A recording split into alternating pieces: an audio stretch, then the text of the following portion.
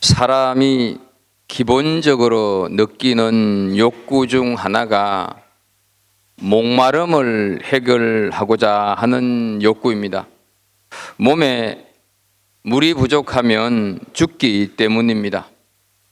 물은 몸의 노폐물을 걸러주기도 하고 그 노폐물을 밖으로 배출시키기도 합니다.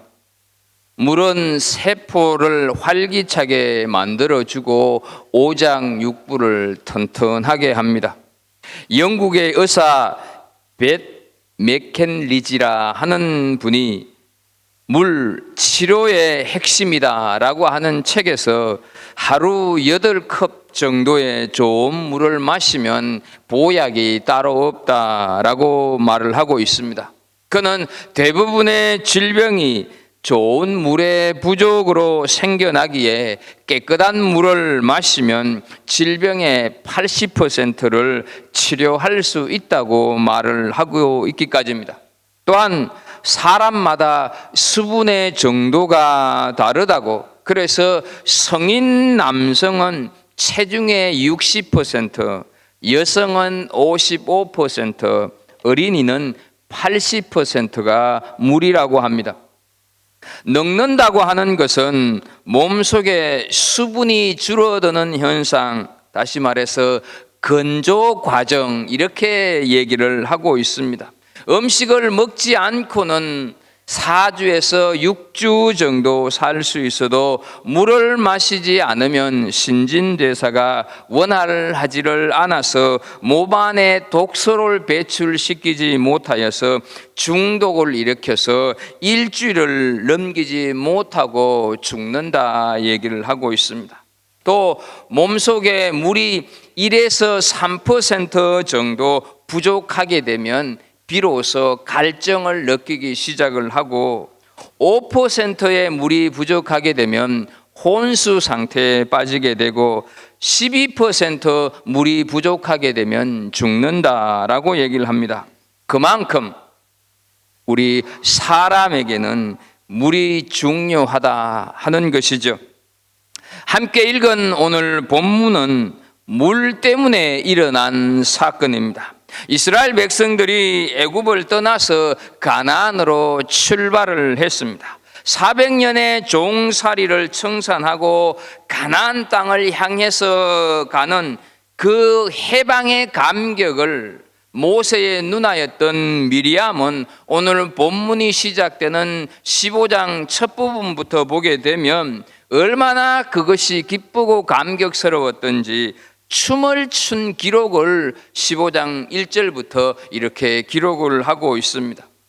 흥분과 감동으로 출발한 그들에게 스루 광야를 지나면서 문제가 생기기 시작했습니다. 물이 없었기 때문입니다. 그 모습을 오늘 읽은 22절에 보게 되면 모세가 홍해에서 이스라엘을 인도하며 그들이 나와서 스루 광야로 들어가서 거기서 살 길을 행하였으나 물을 얻지 못하고 라고 말씀을 하고 있습니다. 광야에 물이 없는 것은 당연하지 않겠습니까? 가나안을 향해서 감격의 출발을 했던 이스라엘 백성들에게 닥친 난관이다 하는 것이죠. 왜 하나님께서는 바로 가나안으로 인도하시지를 않고 광야로 데리고 가서 이스라엘 백성들을 힘들게 하고 있을까, 이런 생각을 우리는 한번 해보게 됩니다. 그러나 여기에는 중요한 의미가 담겨 있습니다. 그것은 광야는 인생의 목표가 아니라 잠깐 거치는 과정이다 하는 것이죠. 광야가 최종 목적지가 아니라는 것입니다. 그러므로 광야에 견줄 수 있는 이 세상도 우리의 영원한 목적지가 아닌 잠시 잠깐 거쳐가는 하나의 과정이다 하는 것이죠. 칼빈 선생은 기독교 강요라고 하는 아주 유명한 교리 집에서 이런 얘기를 하고 있습니다. 인생살이의 어려움이 오는 것은 이 세상이 우리의 영원한 안식처가 아님을 알게 하기 위함이다라고 말을 하고 있습니다. 따라서 가나안과 같은 천국을 향해서 세상이라고 하는 광야를 가는 우리도 이 세상에서 인생의 갈증을 느낄 때가 너무너무 많다 하는 것이죠. 영생의 물을 얻을 수가 없고 생명수를 찾지 못해서 목말라 한다 하는 것이죠. 광야에서 물이 없듯이 이 세상에는 생수가 없기 때문입니다. 많은 사람들이 이 세상에서 인생의 갈증을 해소해 보려고 가져보고 더 가져봅니다. 배워보고 더 배워봅니다. 이 남자 저 여자를 만나보기도 합니다. 그러나 시원하기는커녕 갈증만 더할 뿐입니다. 얻지도 못하고 구하지도 못했으면서도 가진 것처럼 믿고 싶고 그렇게 생각을 하면서 가장된 모습으로 살아갈 뿐이다 하는 것이죠. 학문도 젊음도 물질도 자식이나 아내나 남편도 우리 인생살이의 갈증을 해결해 줄 수 있는 생수는 결코 될 수가 없다 하는 것이죠. 그런데 주님께서는 요한복음 4장 14절에서 내가 주는 물을 먹는 자는 영원히 목마르지 아니하리니 내가 주는 물은 그 속에서 영생하도록 솟아나는 샘물이 되리라 말씀하였어. 예수님이 이 세상 인생길을 가고 있는 인생의 갈증을 해결해 줄 수 있는 유일한 분이다 말씀을 하고 있는 것이죠. 주님만이 삶의 목마름을 해결해 줄 수 있는 생수라고 하는 사실을 믿음으로 고백하는 오늘 우리 모두가 되기를 축복합니다. 물을 찾지 못한 상태에서 이스라엘 백성들이 사흘 길을 헤매다가 마라라고 하는 곳에 도착을 했습니다. 그런데 그곳에 그토록 찾던 물이 있었습니다. 23절을 보게 되면 마라에 이르렀더니 그곳 물이 있어서 마시지 못하겠으므로 그 이름을 마라라 하였더라. 갈증에 지친 그들이 이젠 살았구나, 저기에 물이 있구나 탄성을 짜냈을 것입니다. 그러면 그렇지 우리 하나님께서 그러실 리가 있나 하면서 쫓아가서 물을 마십니다. 그러나 기쁨도 잠시, 물이 너무 써서 마실 수가 없었습니다. 물이 없어서 숱한 어려움을 겪고 고생을 했는데 이번에는 물이 있어도 그 물을 먹을 수가 없는 물이었습니다. 물을 마신 사람들은 오히려 배신감을 느꼈을 수도 있고 그 물을 먹고 배탈이 난 사람, 그 물을 먹고 병든 사람도 있었을 것입니다. 왜 하나님께서 이스라엘 백성들을 마라라고 하는 곳으로 인도하셨을까? 모세가 길을 잘 알지 못하기 때문에 마라로 왔을까? 그렇지는 않다 하는 것이죠. 우연히 마라로 오게 된 것이 아니라 필연적으로 하나님께서 마라로 인도하셨다 하는 사실입니다.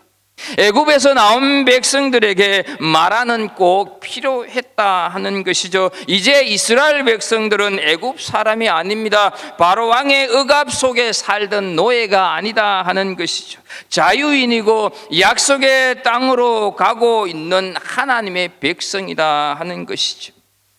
더욱이 애굽을 탈출한 것은 백성들의 입장에서 보게 되면 그것은 하나의 기적이었습니다. 자신들의 노력과 수고와 애씀 전혀 없음에도 불구하고 그들은 종살이에서 해방이 되었습니다.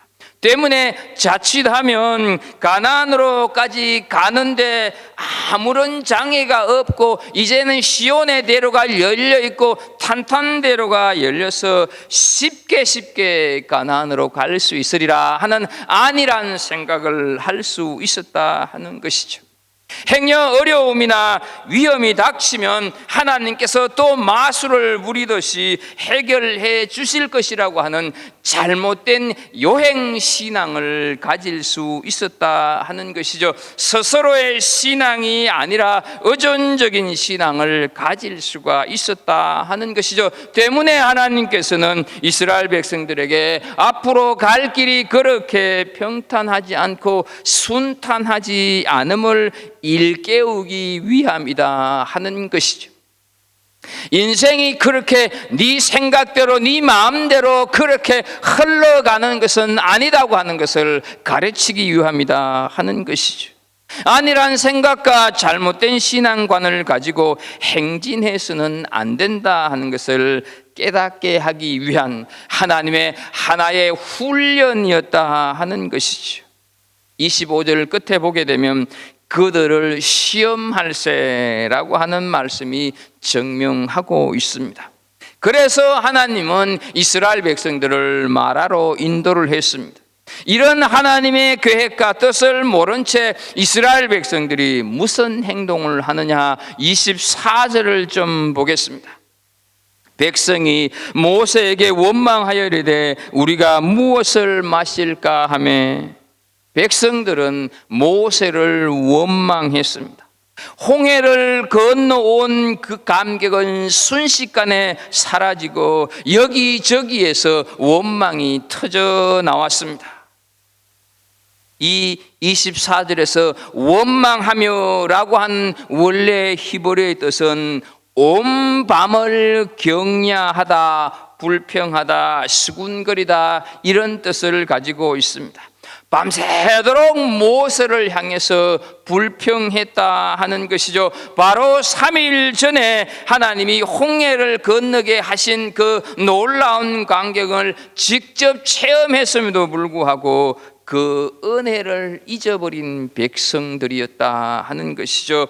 그 크신 은총과 감동을 단 3일 만에 버렸다 하는 것이죠. 시편 30편 6절 말씀처럼 내가 형통할 때 말하기를 영영히 요동치 아니하리라 하였도다 라고 말하지만 잠깐 주께서 얼굴을 가리신 듯 하면 요동하고 흔들리는 모습, 이스라엘 백성들의 모습 또한 우리들의 모습이 이렇게 보여지고 있다 하는 것이죠. 우리는 이 이스라엘 백성들의 원망의 모습에서 찾을 수 있는 두 가지 교훈을 좀 살펴보도록 하겠습니다. 먼저, 당면한 문제의 원인을 남의 탓으로 돌리고 있다 하는 사실이죠. 여러분, 모세에게 무슨 잘못이 있습니까? 종살이에서 탈출시킨 것이 죄라고 하면 죄라 할 수가 있을 것입니다. 원망하려고 하면 하나님께 원망을 해야 합니다. 자신들을 탈출시킨 분은 모세가 아니라 하나님이기 때문에 그렇습니다. 물을 줄 수가 있는 분은 모세가 아니라 하나님이시기 때문에 그렇습니다. 그럼에도 불구하고 백성들은 모세를 원망하고 있습니다. 감히 하나님에게는 원망하지를 못하고 애꿎은 모세를 지금 탓하고 있다 하는 것이죠. 사랑하는 우리 성도 여러분, 내게 닥친 삶의 문제를 사람에게 원망하지 마십시오. 더욱이 자신보다 약자에게 그걸 뒤집어 씌우지 마십시오. 문제의 해결을 하나님과 만나서 해결해야 하는데 사람을 통해서 해결하려고 하지 마십시오. 교회를 바꾸고 목사를 바꾼다고 해서 결코 해결되지가 않습니다. 썸물을 단물로 바꾸기 위해서는 하나님께 매어 달려야 한다 하는 것이죠. 마라와 같은 썸물을 만나게 된 것이 당신 때문이요, 너 때문이요, 남의 탓으로 돌려서는 결코 해결되지 않는다 하는 것이죠. 내가 당하는 마라가 당신 때문에 생겼다고 말하는 사람들 많이 있습니다. 나에게는 잘못이 없고 상대방 때문에 이 지경에 왔다고 말하기도 합니다. 정말 그러냐 하는 것이죠. 결코 그렇지는 않습니다. 나 때문에 생겼다 하는 것이죠. 내 잘못, 내 죄 때문에 마라를 만난 것입니다. 내가 실수를 했고 내가 욕심을 부려서 썸물을 만났고 마라에 오게 되었다고 말할 수 있는 그런 용기를 가지는 사람들 되기를 소원합니다. 백성들이 원망하는 모습에서 살필 수 있는 두 번째는 기적 다음에도 고통이 찾아오는 것이 인생이다 하는 것이죠. 우리는 기적이나 축복 다음에도 여전히 기적이 계속될 것처럼 기대하는 경우가 많이 있습니다. 그러나 홍해와 같은 그런 기적이 내 인생에서 계속되는 것은 아니라는 것입니다. 기적 뒤에는 고난도 따라오는 것이 인생이다 하는 것입니다. 하나님께서는 언제나 복과 고난이라고 하는 양면을 통하여서 우리를 훈련시킵니다. 전도서 7장 14절 말씀을 보십시오.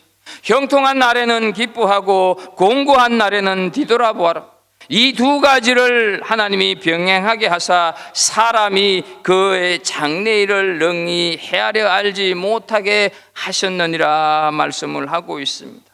우리가 만약 복만 계속 받는다고 하면 우리 인간은 교만해지게 되어 있습니다. 그래서 고난을 통해서 우리를 겸손하게 함으로써 복은 우리가 만드는 것이 아니라 하나님께서 주시는 것이라고 하는 사실을 우리에게 알게 하신다 하는 것이죠. 목마름이나 부족함이나 육체적인 고통을 좋아할 사람들은 우리에게 아무도 없습니다. 그러나 기억할 것은 우리는 이 육체적인 고난과 인생길에 있어서 뜻하지 않는 어려움, 이런 것들이 당연히 있다고 하는 현실을 받아들일 수 있어야 합니다. 그것이 신앙생활하는 사람의 모습입니다. 예수 믿으면 모든 것이 잘 될 줄 알았습니다. 만사 형통할 줄 알았습니다. 신앙생활만 하면 축복이 소나기같이 쏟아질 것처럼 여겨졌습니다. 그래서 애굽과 같은 세상을 버리고 탈출을 했는데 이게 웬 말입니까? 하나님의 자녀만 되면 불행 끝 행복 시작일 줄 알았는데 그게 아니다 하는 것이죠. 마라와 같은 썸물을 만나게 되는 것이 왜일까? 이런 생각이 혹시 드십니까? 홍해를 갈라 놓으셨던 기적이 왜 지금 나에게는 일어나지 않고 있는가 탄식하고 계십니까? 바다에 길을 내었던 그 역사가 내 문제에는 왜 침묵을 하고 계실까? 답답해하고 원망하고 계십니까? 쓴맛을 경험해야만 단맛의 가치를 알게 된다는 것이죠. 쓴맛을 보아야 단맛의 소중함을 깨닫게 되는 것입니다. 행여 우리 가운데 지금 쓴맛 때문에 고통스럽습니까? 그 쓴맛이 지금 단맛으로 변해가고 있는 믿음이 있기를 주의 이름으로 축복합니다. 원망한 백성들에 비해서 모세의 행동은 어떻습니까? 25절 상반절에 보게 되면 모세가 여호와께 부르짖었더니 라고 말씀을 합니다. 모세는 기도했다 하는 것이죠. 백성들은 원망의 소리를 내었지만 모세는 기도하는 소리를 내었다 하는 것이죠.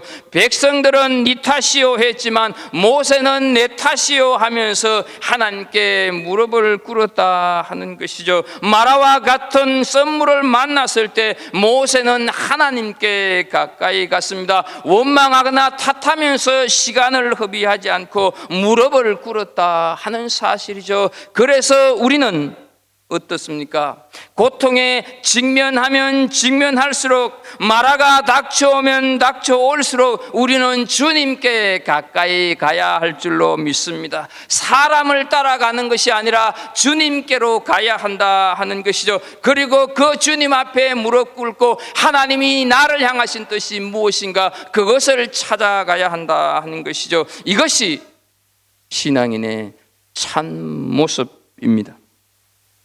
모세는 마라의 고통에 대항하여서 하나님께 부르짖었습니다. 하나님, 이 백성을 이끌고 가라고 해서 나왔습니다. 그런데 지금 이런 썸물을 만났습니까? 어떻게 해야 좋겠습니까? 도와주십시오. 간절한 마음으로 기도했다 하는 사실이죠. 시편 109편 5절 6절 말씀을 보게 되면, 줄이고 목마름으로 그 영혼이 속에서 피곤하였도다. 이미 너희가 그 근심 중에 여호와께서 부르짖으며 그 고통까지 건지시고 라고 말씀을 하십니다. 우리의 삶의 마라와 같은 썸물로 인하여서 우리는 눈을 주께 향해서 부르짖어야 한다 하는 것이죠. 하나님을 향해 있어야 한다 하는 것입니다. 기도는 문제의 해결이 하나님께 있음을 고백하는 믿음의 표현입니다. 기도가 시작될 때 문제는 이미 반 해결된 줄로 믿습니다. 내일부터 아시는 대로 한 주간 기도하는 주간입니다. 물론 한 주간 기도한다고 해서 우리 삶의 마라가 모두 해결되는 것은 아닙니다. 그러나 우리가 하나님께 기도하면 우리 인생의 마라는 우리가 해결할 일이 아니라 하나님께서 해결하셔야 하는 하나님의 일이 되어진다 하는 사실이죠. 하나님께서는 언제나 기도하는 자의 편에 선다고 하는 사실을 기억하십시오. 사람이 말을 하면 사람이 움직일 뿐이지만 사람이 기도하면 하나님이 역사하신다고 하는 사실을 기억하십시오. 기도하면 하나님의 능력이 나타나는 줄로 믿습니다. 어떻게 나타날까요? 모세가 부르짖었을 때 하나님께서는 응답해 주셨습니다. 25절을 다시 보면 여호와께서 그에게 한 나무를 지시하시니 그가 물에 던짐에 물이 달아졌더라 말씀을 하고 있습니다. 사랑하는 우리 성도 여러분, 이게 도대체 말이 된다고 생각을 합니까? 한 나무를 그냥 썸물에 던지니 물이 달아졌다 하는데 이것이 정말로 믿어지느냐 하는 것이죠. 민수기에도 보게 되면 뱀에 물려서 사람들이 죽어가고 있는데 하나님께서 구리로 만든 노뱀을 쳐다보는 사람은 다 산다고 말씀을 하셨습니다. 무슨 해독제를 준다거나 무슨 약을 타라고 하면 몰라도 나무를 던지라고 하는 것이 말이 되느냐 하는 것이죠. 모세는 당대 최고의 교육을 받았던 사람입니다. 그러나 그가 자신의 상식에 맞지 않는 이야기지만 하나님께서 시키는 대로 하고 있는 것을 보게 됩니다. 사랑하는 우리 성도 여러분, 우리도 하나님께서 시키는 대로 한번 해보는 은혜가 있기를 축복합니다. 그렇다면 마라와 같은 인생의 썸물이 단물로 변할 줄로 믿습니다. 세상에서 제일 웃기는 것이 예수 믿으면 구원받는다 이 말 아닙니까? 그것도 2000년 전에 죽은 그 사람을 믿으면 영생을 얻고 구원을 받는다고 하는 것을 세상 사람이 들으면 상식적으로 이해가 되지 않고 우스운 얘기라고 치부하는 것 당연하지 않겠습니까? 그래서 고린도전서 1장 18절 말씀을 보게 되면 십자가의 도가 멸망하는 자들에게는 미련한 것이요 구원을 받는 우리에게는 하나님의 능력이라 말씀을 하고 있습니다. 예수님을 믿는다고 하는 것은 성령의 역사입니다. 인간의 이성으로 불가능합니다. 하나님께서 하시는 것입니다. 배를 바다에서 만들고 해야 정상인데 산에서 만드는 노화를 여러분들은 이해를 하실 수가 있습니까? 사람들로부터 얼마나 많은 비판과 조롱을 받았겠습니까? 그러나 그것이 하나님께서 주신 명령이기 때문에 이 명령, 이 믿음을 가지고 산 위에서 노아는 방주를 지었다 하는 것이죠. 우리도 이런 믿음의 사람이 되기를 주의 이름으로 축복합니다. 상식적인 것만 믿지 말고 상식을 뛰어넘어 믿음의 도전을 하는 여러분 한 사람 한 사람 되기를 축복합니다. 그랬을 때 하나님께서는 쓴맛을 단맛으로 바꾸어 주신다 하는 것이죠.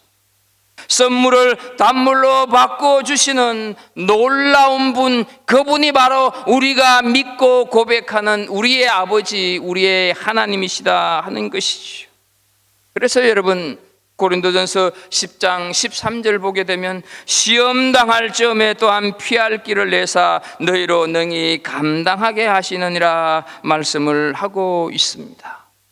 사랑하는 우리 성도 여러분, 광야의 길을 가고 있는 우리도 이 맛의 변화를 체험해야 하지 않겠습니까?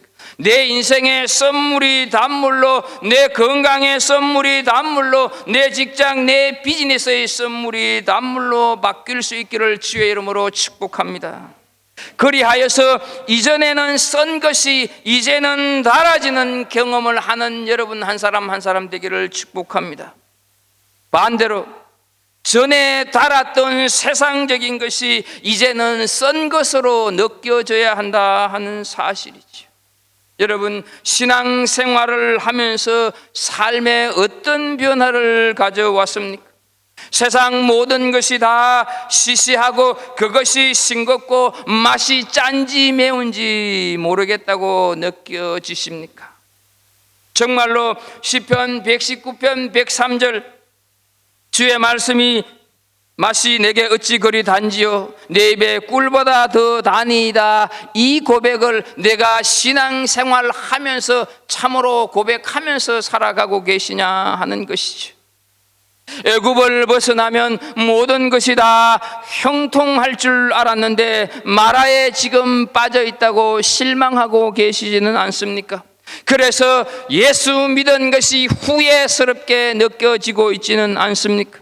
하나님은 우리의 인생의 마라를 선물을 단물로 바꿔주시는 분임을 고백하십시오. 세상은 마라와 같고 우리의 인생은 마라입니다. 이 마라를 생수로 바꾸어 주시는 곳, 그곳이 바로 우리가 지금 찬양하고 우리가 지금 예배하고 우리가 기도하고 있는 이 장소 교회다 하는 사실을 기억하십시오. 이미 아시겠지만 마라라고 하는 뜻은 쓰다, 괴롭다 이런 뜻을 가지고 있습니다. 이 쓰고 괴로운 마라를 예배를 통해서 생수로 바꾸고 단물로 바꾸는 은혜가 있기를 축복합니다. 그래서요 여러분, 예배가 진실로 중요하다 하는 것이죠. 예배를 드릴 때 오늘 드리는 이 예배가 내 인생의 마지막이 될 수도 있다고 하는 각오로 예배를 드려야 한다 하는 것이죠. 지금 내가 드리고 있는 이 예배가 내 인생의 마지막이 될 수 있는 예배라고 생각을 한다면 우리가 이 예배를 그저 그렇게 대충 얼버무리면서 드릴 수 있겠는가 하는 것이죠. 이 예배가 내 인생의 마지막이라고 한다면 처음부터 끝까지 핸드폰만 보다가 갈 수 있겠느냐 하는 것이죠. 오늘 이 내 인생의 마지막으로 드리는 예배라고 한다면 세상 것을 쫓느라고 예배에 빠지고 이 핑계 저 핑계 둘러대면서 다른 곳으로 갈 수가 있겠는가 하는 것이죠. 사랑하는 성도 여러분, 내가 신앙생활을 하는 사람이라고 한다면 이제는 세상의 것을 생각을 할 때는 자꾸 써야 하는 것입니다.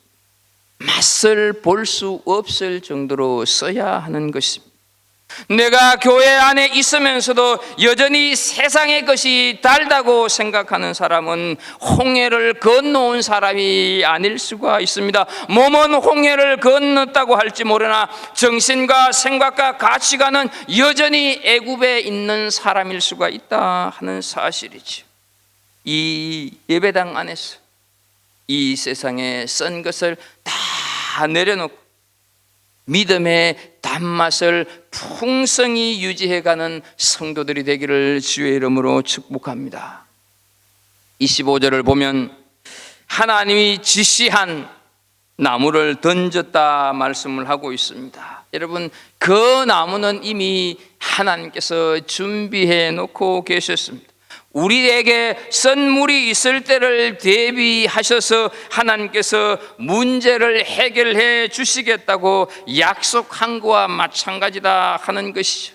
선물을 단물로 바꾸기 위해서 하나님은 우리에게 한 나무를 지시하고 있습니다. 바로 마라의 선물을 달게 한 그 나무는 바로 십자가다 하는 사실이죠. 하나님은 예수님이 십자가를 지게 하셨습니다. 그분이 흘리신 피는 모든 사람의 영혼과 죄와 육신의 병과 이 땅의 모든 불행을 다 치료하는 보혈이었다 하는 것이죠. 그래서 오늘 본문 26절 끝에 보게 되면 나는 너희를 치료하는 여호와임이니라 말씀합니다. 나무 그 자체에 어떤 능력이 있어서 선물이 단물로 바뀐 것이 아니라 십자가 나무를 지신 예수 그리스도의 보혈이 능력이 있어서 단물로 변한 줄로 믿습니다. 이 사실을 요한복음 6장 54절 55절을 보게 되면 내 살을 먹고 내 피를 마시는 자는 영생을 가졌고 마지막 날에 내가 그를 다시 살리리니 내 살은 참된 양식이요 내 피는 참된 음료로다 말씀을 하고 있습니다. 예수 그리스도의 십자가가 내 삶의 마라에 던져질 때 그곳이 어떤 곳이든지 간에 새로운 변화가 일어날 줄로 믿습니다. 그 사람이 어떤 사람이든지 간에 새로운 사람으로 변화가 될 줄로 믿습니다. 고난으로 인하여서 고통이 내게 찾아와서 내 인생이 마라와 같다고 느껴진다고 한다면 십자가를 꽂아보는 여러분 모두가 되었으면 좋겠습니다. 신앙생활의 신비가 바로 여기에 있습니다. 세상 사람들은 십자가의 신비를 알지를 못합니다. 때문에 권력이라고 하는 나무로, 때문에 명예라고 하는 나무로, 때문에 재물이라고 하는 나무로 이 선물을 바꾸어 보려고 부단히도 애를 쓰지만 이런 나무들이 마라의 선물을 단물로 바꾸지 못한다고 하는 사실입니다. 모든 것을 내가 다 소유한 인생이라 할지라도 인생은 목마름이 계속될 것이고 인간 안에 있는 근본적인 허무와 목마름은 결코 메울 길이 없습니다. 십자가 위에 달리신 예수 그리스도만이 선물을 단물로 바꿔줄 수가 있습니다. 마라와 같은 세상을 살면서 마라를 바꾸시는 예수 그리스도 생명의 나무를 바라보시는 은혜가 있기를 축복합니다. 사람의 노력으로 마라를 피할 수는 없습니다. 인간의 수고와 인간의 노력으로 선물을 단물로 바꿀 수는 없습니다. 그러므로 우리는 십자가의 나무를 든든히 붙잡고 인생길을 가야 합니다. 그 십자가 나무를 든든히 붙잡고 가다가 언제든지 내 인생에 마라가 생기면 거기에 십자가를 던질 수 있기를 바랍니다.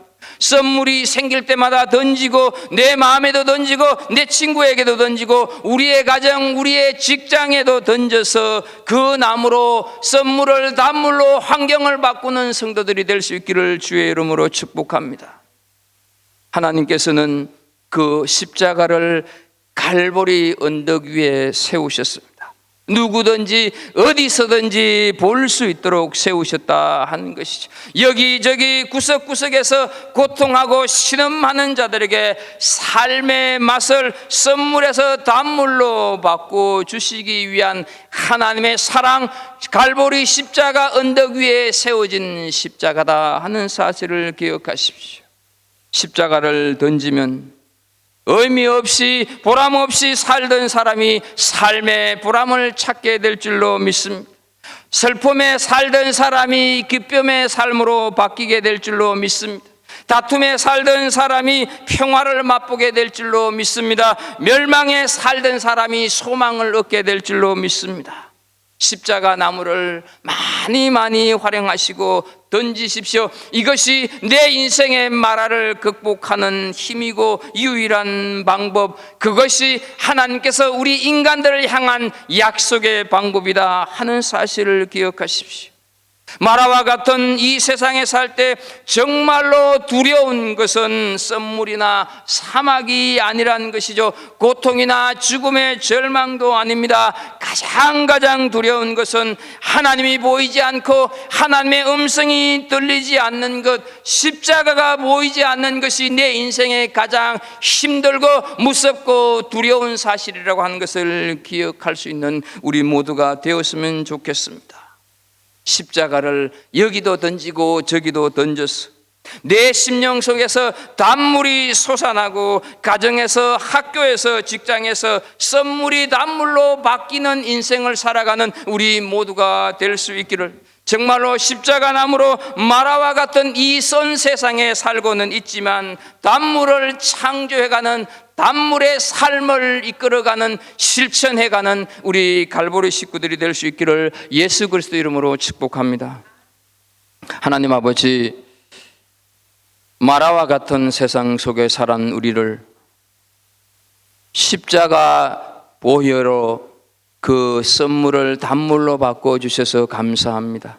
하나님, 어떤 순간 어떤 상황 속에서도 십자가를 던지고 그 십자가를 붙잡고 살아감으로 내 인생의 썰물을 단물로 바꾸는 복된 성도들 다 되게 하여 주옵소서. 예수님의 이름으로 기도합나이다. 아멘.